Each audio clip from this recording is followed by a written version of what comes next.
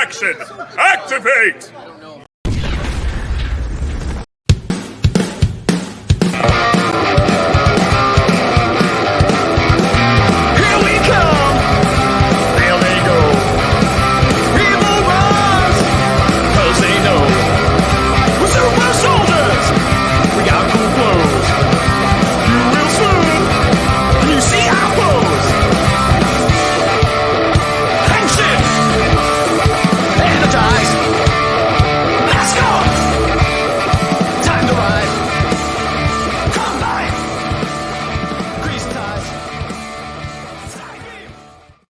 Rail riders go rail. Oh, hey, what's there? What's there? What's up? I'm just going to get Big Dog in here because this is just off the rails. It is the Big Dog. I'm going to bring us back on the rails to talk about Rail Riders Episode 3. I know it's been a little bit of time since you saw us together, but here we are. And we're here to talk about Rail Riders 3. Yes. So initial thoughts before we dive in. My least favorite of the 3 episodes. Fair. Yeah, not without merit, but my least favorite of the 3. Your initial thoughts? I felt similarly. There were things in this episode that I think the concept was better than the execution in some cases. Well, and one of the things overall, I think this one, I could be wrong about this, but I feel like this one had the most original footage we've seen yet. Yes. And so it's sort of like kudos, hard work doing that, but because it is an indie thing that, you know, there are elements that you maybe didn't work out as well or, you know, weren't as polished or whatever. And there was more chances to have the threads showing in their tapestry that they've woven, put it that way. This one also, they didn't have to post an uncut version on their site, which was interesting. And I think I knew that, like, you know, when we watched the last one 2 months ago or whatever it was, because I kept looking for it. And I'm like, well, I don't want to watch it on YouTube because I made that mistake. And I'm like, well, on their site, they just linked to the YouTube. And I'm like, was there another menu? And eventually I'm like, well, I'm just going to watch the YouTube one. And then I was like, oh, it was fine. That was part of the reason for that might be because they did not have any in-suit battles.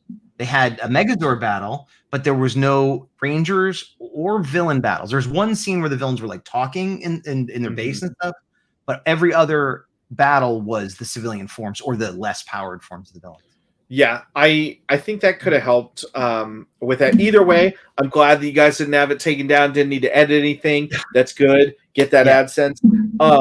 But diving into the episode itself, in Power Rangers, I like the concept of villains being sympathetic and, you know, working with the heroes in a way that makes sense. I think this episode started very strong in that, and then in the middle there were some choices that confused me a little bit. In regards to kind of, I am a big fan of villains turning hero or villains being sympathetic or just villains having motivations that make sense, even if they're still evil, like Starscream from Transformers. Like he made that great example. Yes, yeah. Well, he did eventually, you know, but I like when they're not just cardboard cut. If you're gonna be a cardboard cutout, then you better be over the top and ridiculous, like a Lord Zed type thing. But if you want, you know, so I do appreciate that. What I was gonna say is, I feel like this episode was a little unbalanced because a lot, like the first third, maybe first half, is just a lot of talking. I'm not against talking. I like character development, but it was a lot of like 2 people talking on a bench, 3 people talking on a bench, 3 people talking in front of a bench. You know, it was just, and it was not bad, and it was a lot of story building and stuff. But I feel like the first part, we could have cut a few minutes out of there to tighten it up a little bit. Because then after that, it was mostly action. What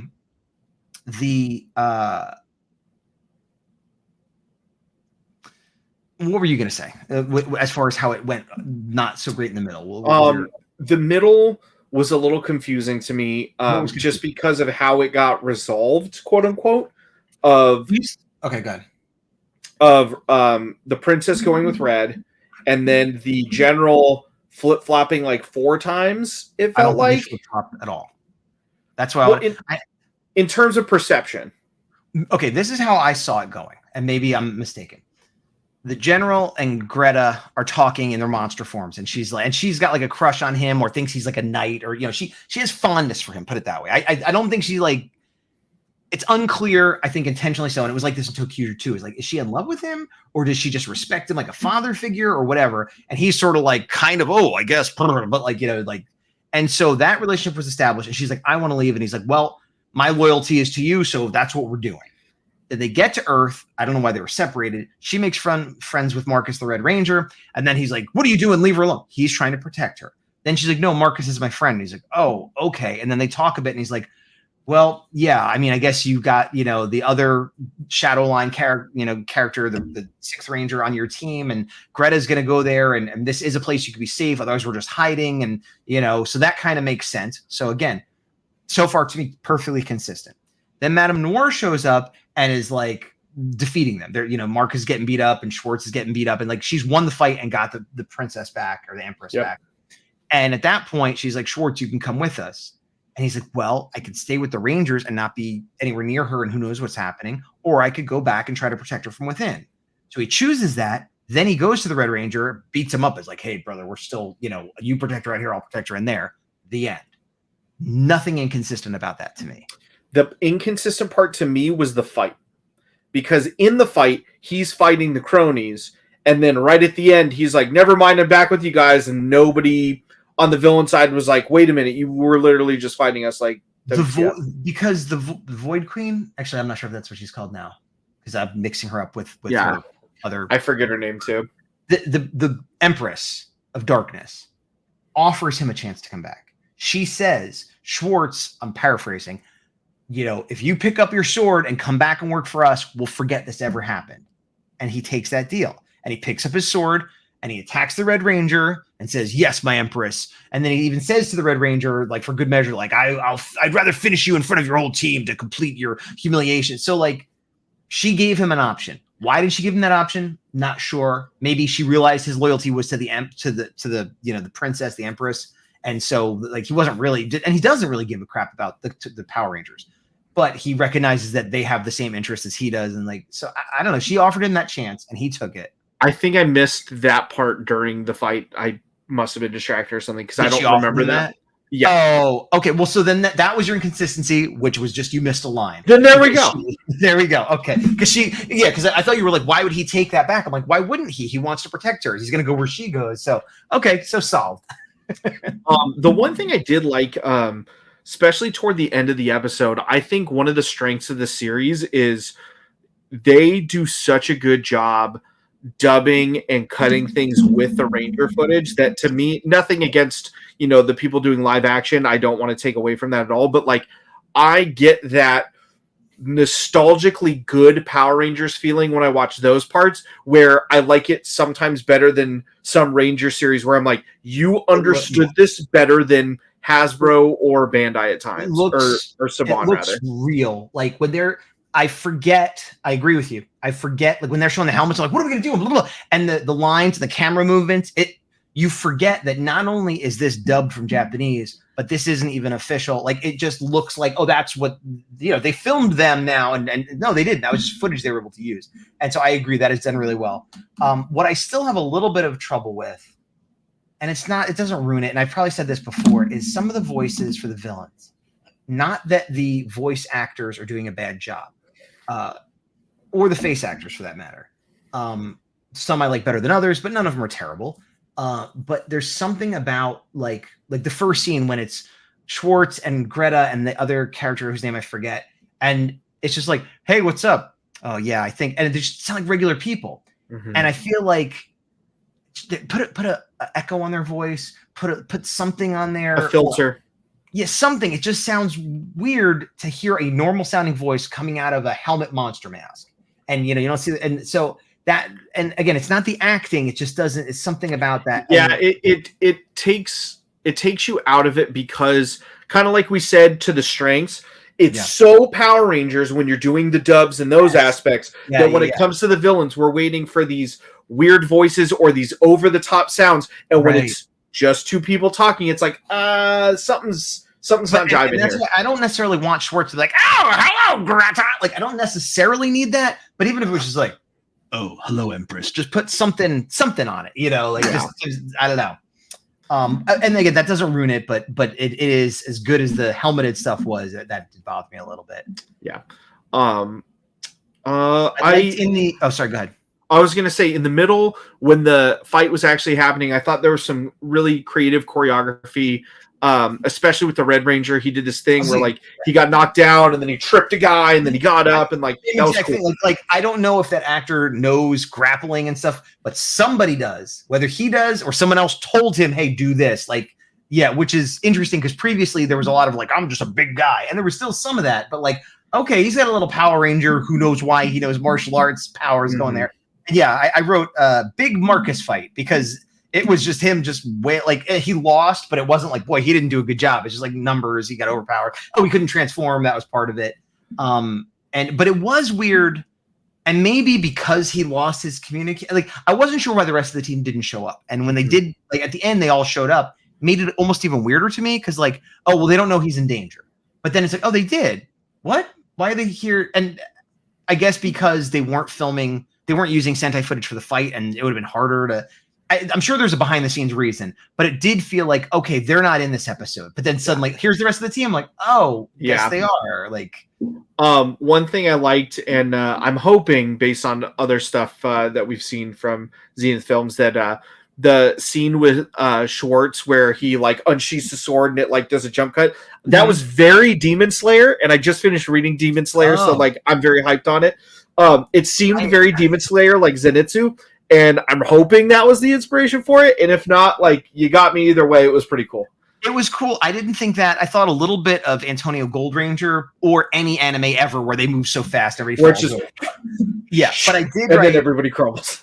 I wrote Schwartz power cool because I didn't, the actor playing Schwartz, no slight on him. Actually, he delivers his lines really well. And he does that character, that sort of stoic, whatever character really well.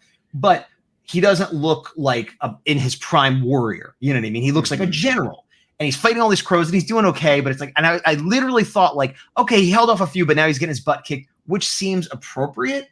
But then when he did that thing, like, I didn't expect them to like show him using a power. Great. Cause he's not a regular dude. Like, so I did think that was cool and didn't expect it. One thing that we've talked about in previous episodes, and I know a couple people in the comments have mentioned is the humor inconsistencies at times.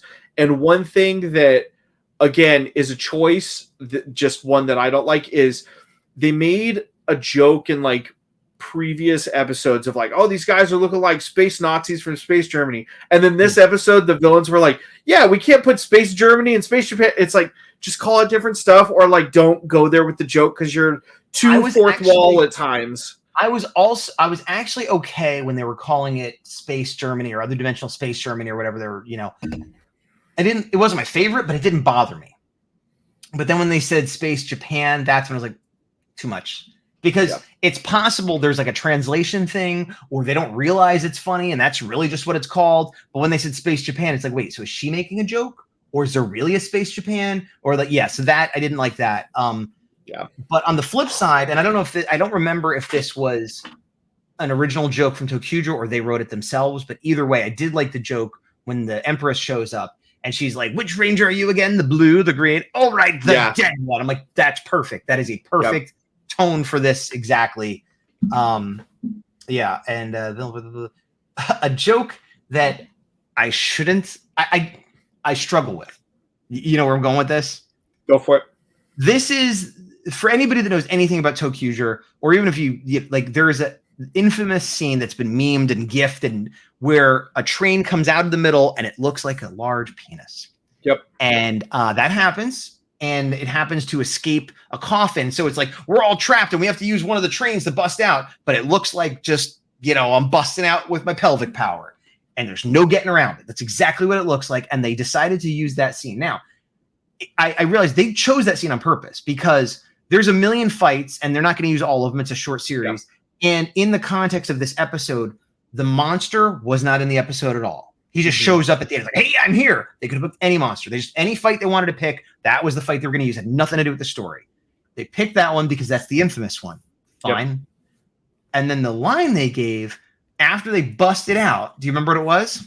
It was like, we're going to run a train on you or something. Let's run a train on him.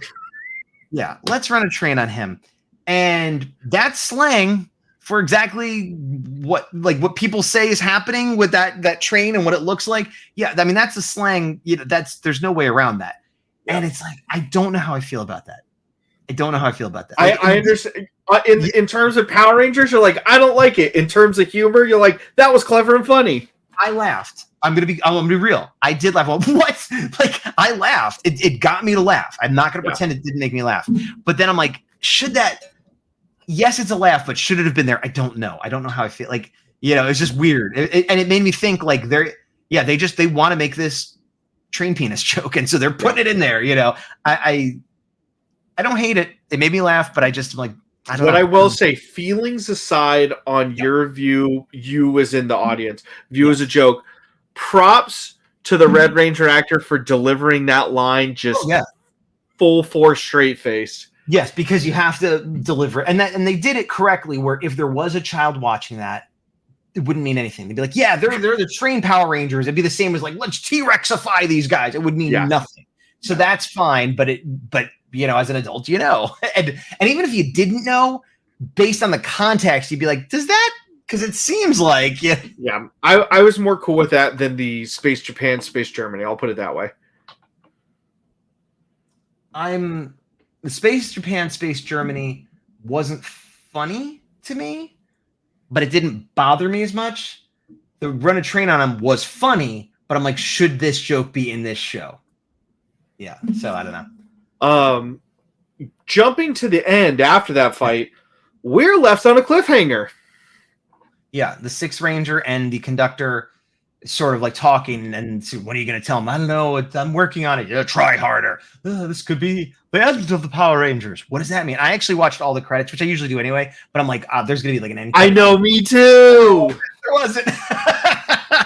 Good on you guys. You got us to watch the whole thing. Good on you. Yep. Oh, I totally meant to have this playing, and I didn't, but oh well. Usually I have it partially to like keep us on track what happened, but this was such a straightforward episode without a lot of cutting around. It was very linear. It was not bad. It was worth watching. It wouldn't be worth watching if you hadn't seen the other two. Like if you happen to catch episode 2, you might be like, oh, this is crazy. If you happen to catch episode 3, not so great. But in order, it's good. And this came out about 2 months ago, I believe. We're recording this May of 2024. This came out about 2 months ago. My understanding is that sometime last year, they recorded all of them. There was a post like, hey, we wrapped on it. So they recorded 5 episodes worth, and this is just post-production and editing and stuff. So there's 2 more coming that theoretically are already filmed, so they're definitely going to come out and whatever. When? I don't know. The thing, again, that I give Zenith Films, or Zenith Productions, which is it? I'm forgetting. I don't want to say wrong. I have it over here. It is, hold on. We'll say what you want to give them while I try to find the name. What I want to say is Zenith Films, cool. Full props to just being consistent and being very communicative. No knock on any other series, both fan or official, but just the openness and communication is so great where, we've been following this series for 3 episodes, and based on posts that you've already made, we know, episode 4 should be coming soonish. Thanks for telling us, as opposed to, well, it came out 6 months ago and their last post was 7 months ago, so I don't really know. And I think part of that, part of it is just good social media presence, but part of it is they did film all of it. Like it's the difference between like, we gotta make this, like we have the script, like, but we gotta make it like whoever is doing the back end work has the raw materials. They just need time. So unless they decide to give up on it, there's no reason it should not come out. You know what I mean? Whereas sometimes it's like, we got to get the actors together. Can we get that location again? It's a little harder. I understand. Yeah, it seems like the smart move was, before kind of putting that idea out there and announcing something to anybody, outside of trying to get support or funding or something like that, they shot everything as long as it took. And then we're like, all right, now's the hard part that only needs behind the scenes stuff where we don't physically have to be in the same location, and we're going to put it out, as opposed to, we can't get, like us, prime example. We're not next to each other in person, and we have a hard time recording a show, talking about a show, let alone filming a show. So props to them for sure for everything. And again, we've said this in the previous episodes. I want to reiterate it each time. We are very critical of these because we like them and because we want them to continue to be great. And it's in a weird way where in some ways I am expecting more from this series than I am an official series because I know that certain people care more. Yeah, there's no constraints other than money and time in terms of creativity and decision making. And we're more critical, and I'm more critical than the Big Dog on average. Even but we care. we wouldn't be talking about this if we didn't like it. There are fan series and videos out there that we've never mentioned because what's the point? You know, and nothing against them, that's still effort, but like all we would do is be like, this isn't good, we don't like it, don't watch it. I don't want to do that, you know. So this is, you know, I would recommend, if you like Power Rangers, check it out. You know, if you like Super Sentai, check it out. You know, if you like just independent like action films, this is worth watching. There are nitpicks for sure. And am I making my own series? No. Could I do something like this good? Probably not. But you know, it is good enough to warrant critique, I guess is the best way to put it. But part of the thing that we just try to drive home is we're treating this as we would an official thing because that's how much we like it and care about it from a, you know, watching perspective and a fan perspective. And I think it would be unfair to, in certain regards, give it passes when it's stuff like you said, budget. Obviously, you get a pass on that because you're not a multi-million-dollar or multi-billion-dollar company. But like creative decisions that we like or don't like, we're going to talk about because that's something in control. But overall, the moral of the story is this is a good series. We're going to review episode 4 when it comes out. And we like it. Yeah, that's the other thing is this was my least favorite, which isn't, you know, that's the Return of the Jedi was, well, I was going to go to Star Wars. I don't know which is my least favorite, but like it's of things I like. It's the opposite of the prequel. When I talk about the prequels, I'm like, well, I liked Revenge of the Sith the best, but that's not saying much. And it's, you know, but this is not that scenario. This is like, I like all three, and this is the middle. So it makes sense to kind of have a little bit of a breather before we start going to the end game. That being said, I have been Gazbot. I continue to be the Big Dog, and wait till you see what we review next in between Rail Riders episode 4, because I don't even know if the Gazbot knows what we're reviewing. So I don't actually. I assume it's not Mystic Force. We'll have to see. Tune in and like, comment, subscribe. Got to plug that thing, and let's go to the credits. The power to the power to the credits. Yeah, the power, not the credits. See, I messed up. Oh, I messed up the end.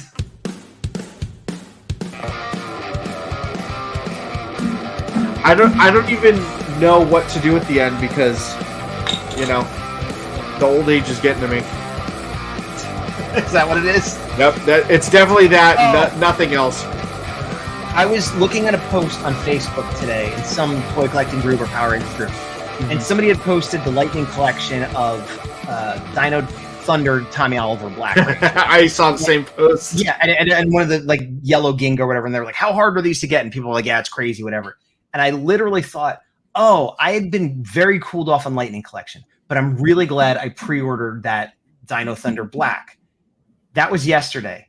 Today, Big Bad Toy Store canceled my pre-order of Dino Thunder Black. I'm like, no! So all of a sudden, I went from being secure in the knowledge I got it for retail to, oh, I don't have it at all. Great. So that stinks. I have Dino Thunder Black, but I don't have Turbo Red. I don't have Turbo Red either, and that is worse. That was just a weird, I was going to buy it in the store. I never saw it. I didn't realize how hard it was going to be to get, and I should have pre-ordered it, but I was, I have TJ in space twice over. So I have TJ, but like I wanted that version, and I wanted for both reasons. And it was absolutely one I was going to buy. And it just was like right at that time is when Lightning Collection sort of went, you know what, never mind. Everything's hard to get when it's going away. And I didn't know that was going to happen. And I wasn't and at the same time, I had been cooling off because I'd been buying a lot of stuff. And I'm like, let me just chill out. I'll get it when it comes to the store. And that was a bad choice. Yeah, that and remastered red and green are going to be my white whales right now for Power Rangers. I would have liked remastered green. Even as much as because I would have had to get red and green. No, I was never going to get it. Never mind. I take it back. We're still talking and recording. Let's stop that. See y'all later.